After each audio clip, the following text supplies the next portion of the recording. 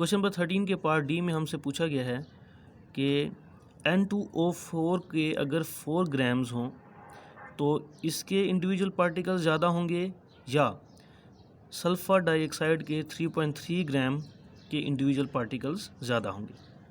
तो जब हमें मैस दिया जाता है तो इससे सबसे पहले हम मोल्स फाइंड कैलकुलेट करते हैं।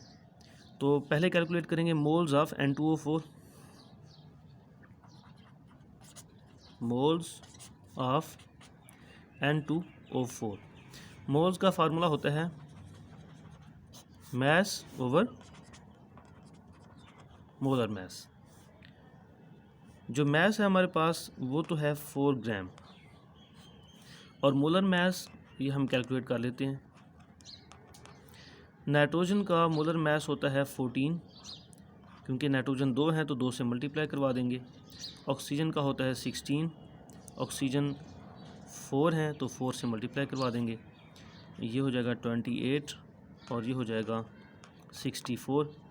तो जब हम इनको ऐड करेंगे तो ये हो जाएगा 92। मोलर मैस का यूनिट होता है ग्राम पर मोल। 4 डिवाइडेड बाई 92 तो ये आ जाएगा 0.043 मोल्स। अब हम सल्फ़र डाइऑक्साइड के मैस को यूज़ करके सल्फ़र डाइऑक्साइड के मोल्स फाइंड करते हैं।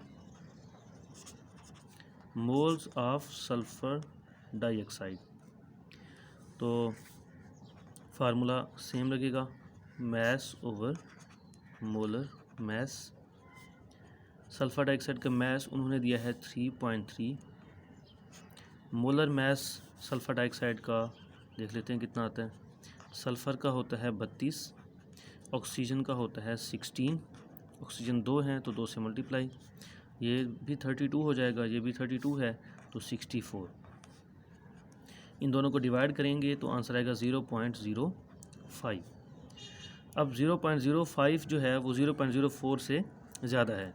जिसके मोल्स ज़्यादा होते हैं उसमें इंडिविजुअल पार्टिकल्स की तादाद भी ज़्यादा होती है, क्योंकि हमारे पास फार्मूला है नंबर ऑफ इंडिविजुअल